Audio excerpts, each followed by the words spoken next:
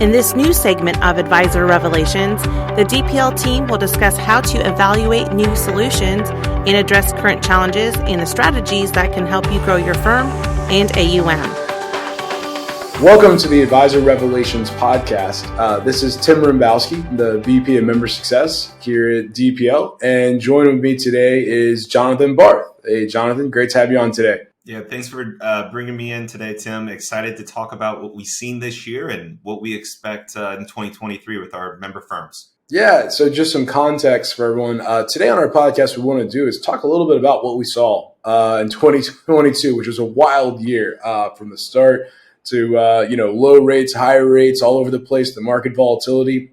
It's just been a wild year. So on this episode, we want to talk about what we saw happen this year that was different than previous years. We also want to talk about kind of what we're expecting in 2023 as we move forward. But before we get started, just a reminder, subscribe to the podcast. Also, go out to the DPL website and anything we talk about today where you want to schedule an appointment to learn more, you can do that on the DPL website. So create a login and go to our team page and you'll be able to schedule a time to talk about any of these topics that we go through today. So with that, let's get into it, Jonathan. So, this year's been a wild year, right? We started out this year a little rocky with all the Russia-Ukraine stuff, with the market being volatile there. Then it kind of settled down, and then we had rates rising, inflation going out the wazoo. Just for somebody that's talking to advisors, every day, what was this year like? What were you hearing from advisors? How was the year compared to previous years that you've done this? Yeah, well, it was definitely different. Right. 2022 proved to be a really challenging year for advisors. They had to deal with some things that they haven't seen impact their financial plans and portfolios in almost a decade. Right? If you think about it, those advisors who are later in their career, they've seen this before. But those advisors who are in their 40s and 50s, where they're really at the peak of their earning career and earning potential, they haven't had to deal with some of the market downturns with inflation, rising rates, and double-digit losses in both the bond and the equity market. And so it really created this perfect storm where a lot of advisors were trying to find unique solutions, right? They felt, at least through the conversations that I've had with our member firms, that their back was up against the wall a little bit, right? Clients were spending more, right, because of inflation. And for the first time in almost a decade, they started to see negative returns in their portfolios and on their statements. We had the COVID downturn back in 2020, but that was more of a V-shaped recovery rather than this, where it's been just almost 12 full months of bad markets. And that's challenging. So we've had a lot of conversations of advisors looking for unique solutions to de-risk portfolios, provide some protection, but also be able to, more efficiently solve for income. So all of that to say, really challenging year for advisors, and it's really challenged and forced advisors to find some of these unique solutions, many of which I think we're going to talk about here today with both principal protection strategies and de-risking and mitigating sequence of returns risks. Yeah, no, that's super helpful, John. It sounds like it was an interesting year, for sure. One thing that we did see that was very interesting, just looking at the industry as a whole on the insurance side, there was record sales of insurance products, all types of annuities that we haven't really seen since some of the financial crisis times, 2008, 2009, some of those years where we, see a lot of people flocking to. In the past, everybody flocked to variable annuities with income riders, but we saw a different trend this year. We saw people flocking to fixed products, which is very interesting. So if you look at kind of all the industry data, there was record flows in Q2 and Q3. Obviously, we're not done with Q4 yet, but I'm guessing it'll be another record in Q4 of people just flocking like crazy to fixed and index products. And that's kind of industry as a whole. And we're seeing RIAs do that now too, which is something we've never seen, right? Most RIAs historically have always used kind of that investment only variable annuity, just kind of that, 1035 vehicle. But we saw a new trend this year where the fixed products actually almost tripled what the variable annuities did just in the RIA space. And we'll go through some of those data points in a second. But tell us about that, Bart. Like, as you were having conversations this year, typically you might have been talking more about just annuity replacements, variable annuities, things of that nature. How did it change this year where it's more about, fixed type solutions and principal protection? Right. Well, what's that saying? The squeaky wheel gets the oil. A lot of advisors have started to deal with negative returns in their fixed income. And so that's the squeaky wheel for a lot of advisors. Through the relationships and conversations that I'm having with some of our largest and most strategic RIA member firms, they look at the financial plan and the portfolio, where the equities can take care of some of the longer term inflationary spending, that long term growth. But when we're looking at fixed income, that's really what you depend on to be the ballast of the portfolio, right? To be able to mitigate when equities are really far down, and you're going to have some stability from the fixed income portfolio. That didn't happen this year, right? And with rising interest rate environment, you can't expect that to happen. And so, to my point earlier, it really challenged advisors to go out and find unique solutions. And so what we found, a lot of advisors coming to DPL with the problem of, hey, I've got this 60-40 client, they look like they were good in their financial plan, but their spending's increasing. We don't want to necessarily tell them to spend less. We don't want to tell them to work longer. So what are things that we can do now, 2-3 years from retirement, or maybe we just got into retirement? What are solutions that we can use to mitigate sequence of returns and to get better than bond-like performance? And that's going to naturally lead us to, fixed index annuities, fixed annuities, MIGAs, which are multi-year guaranteed annuities, a version of a fixed annuity, and then even some RILAs as well, which we can get to a little bit later. But from a fixed standpoint, the fixed index annuities and the fixed annuities are fantastic solutions for a bond alternative strategy, right? Those advisors who come to us with that 60-40 portfolio, a lot of times through our conversations, we started going from 60-40 down to 60-20-20 or 60-30-10, where that last 10 to 20% of a pre-retiree or retiree's portfolio, well, that's going to an annuity. And that's going to a fixed annuity that provides 100% principal protection, which their fixed income can't provide.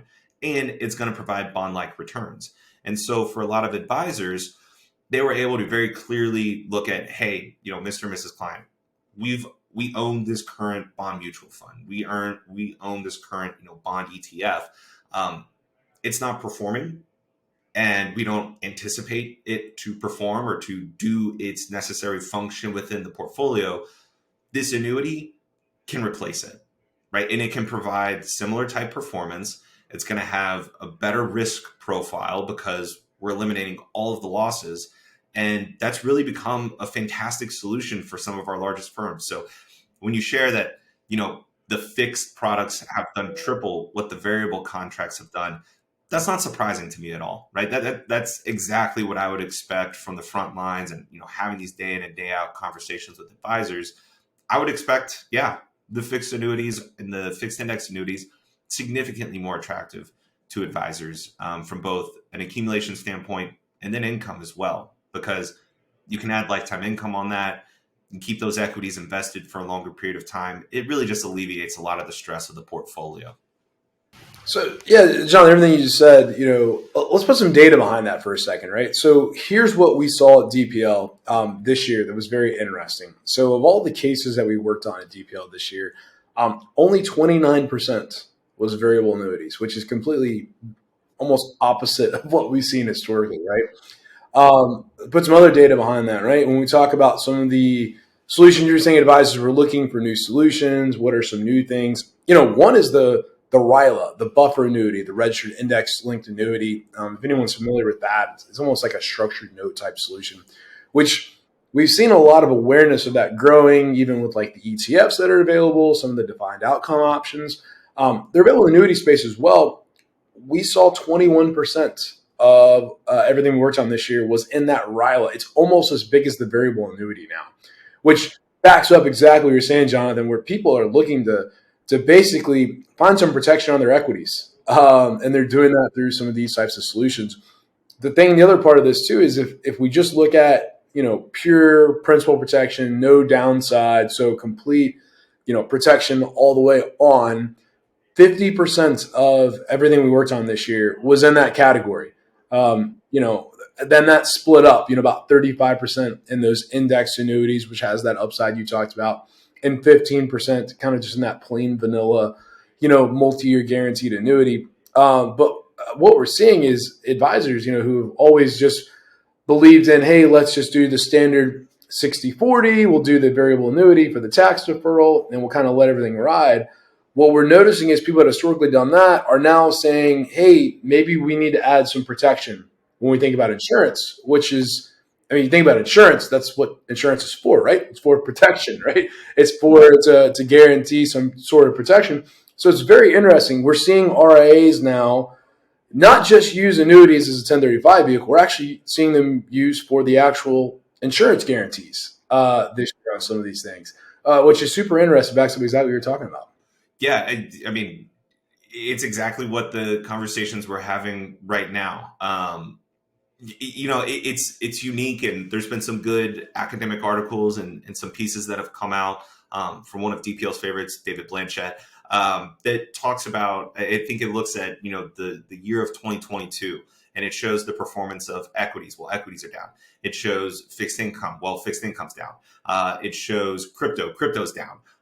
But inflation's up. And so all of these different asset classes are down. But what's not down is a fixed index annuity, right? The worst a client could ever do inside of an annuity with principal protection is zero, right? That's the worst situation that you could have. Well, that's great, because guess what? Zero is way better than a negative return on any part of your portfolio. But from a RILA perspective specifically, we've seen a lot of advisors start to look at those different types of annuities, right? The registered index-linked annuities.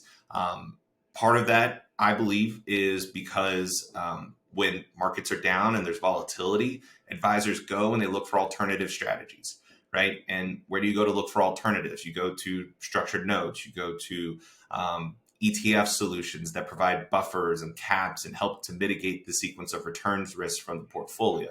Well, a registered index-linked annuity does that exact same thing, right? Gives you significantly more upside potential, but still provides the protection for those most common downturns in the market, right? Those 0 to negative 10%. If you can take out that distribution part of the return, we've got a lot of upside. And in really just those, 10th percentile type of returns, the worst of the worst, you still have some protection there. And I think you've seen a lot of advisors come around to that idea.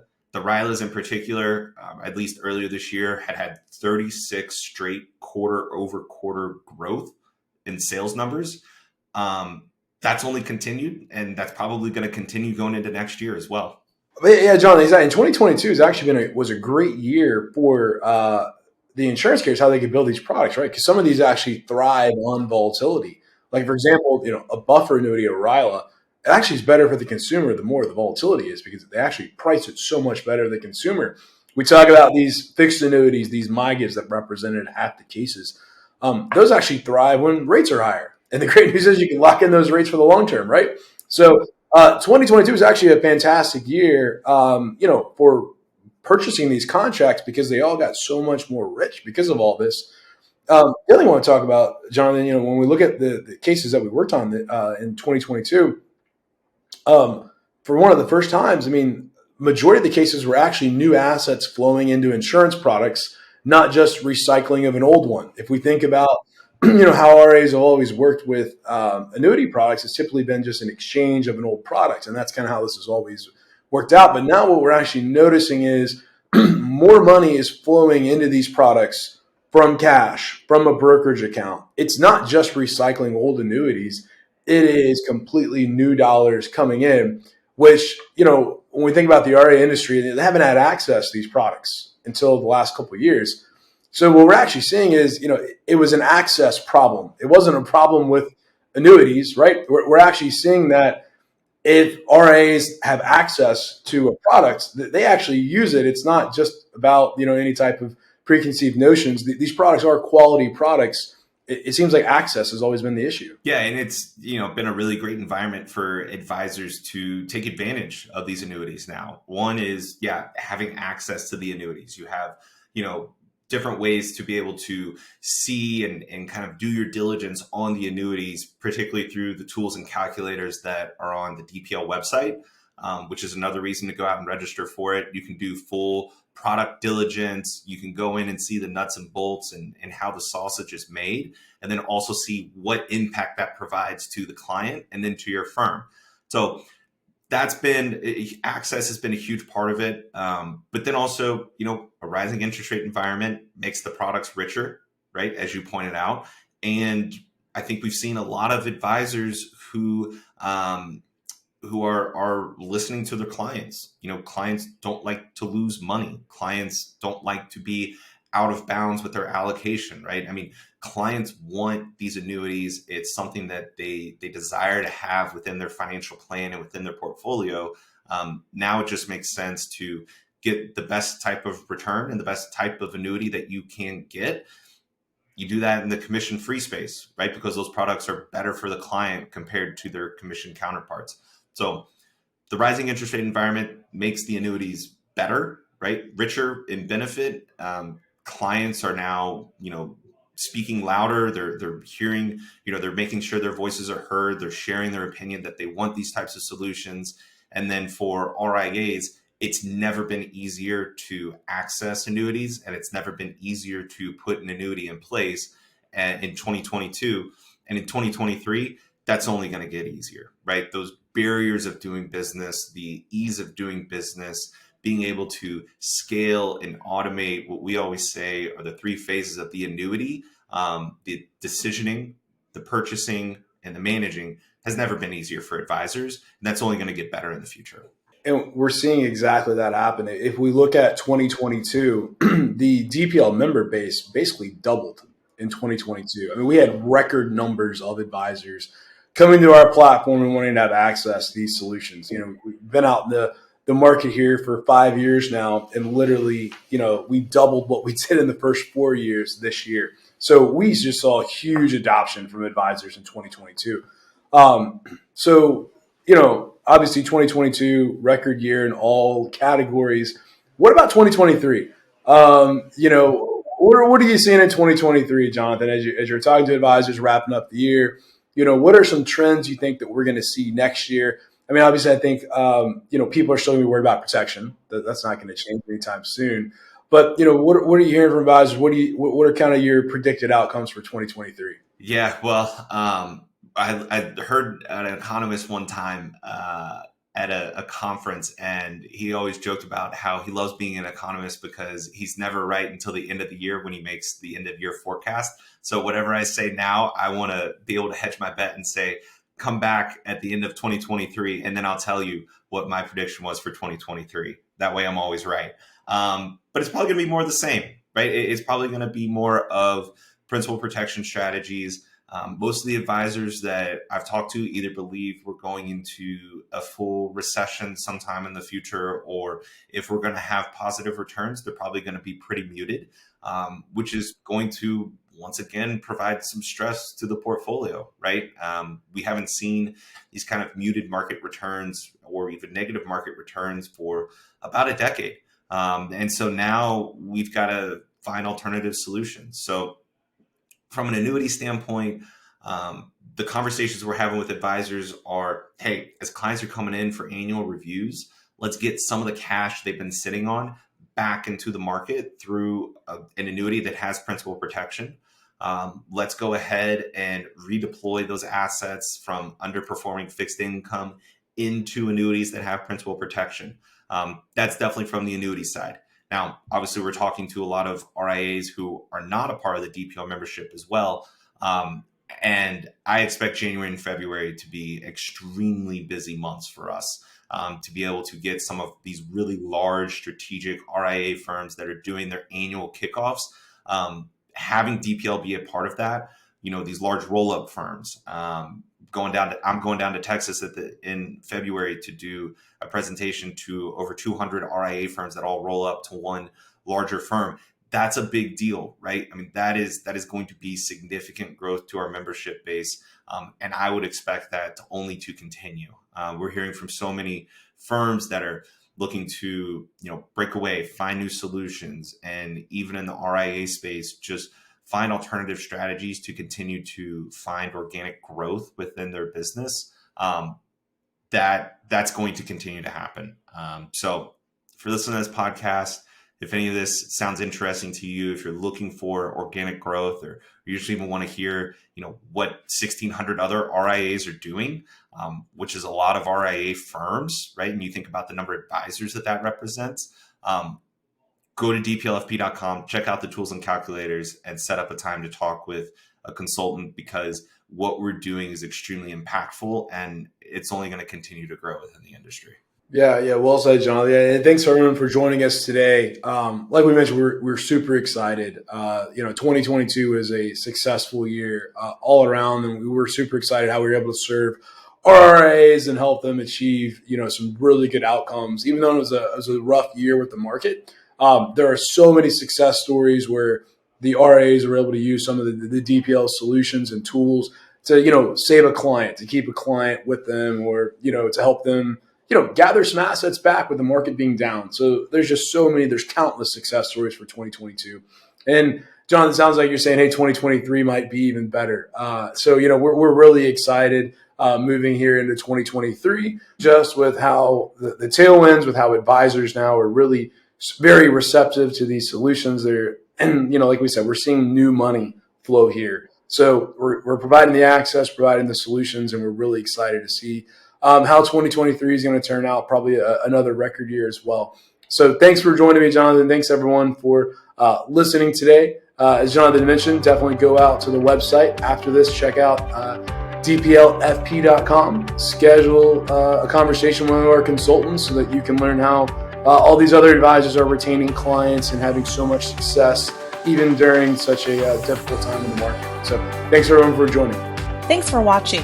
Visit dplfp.com to learn how we can work with advisors like you. And please, for more updates, subscribe to this channel.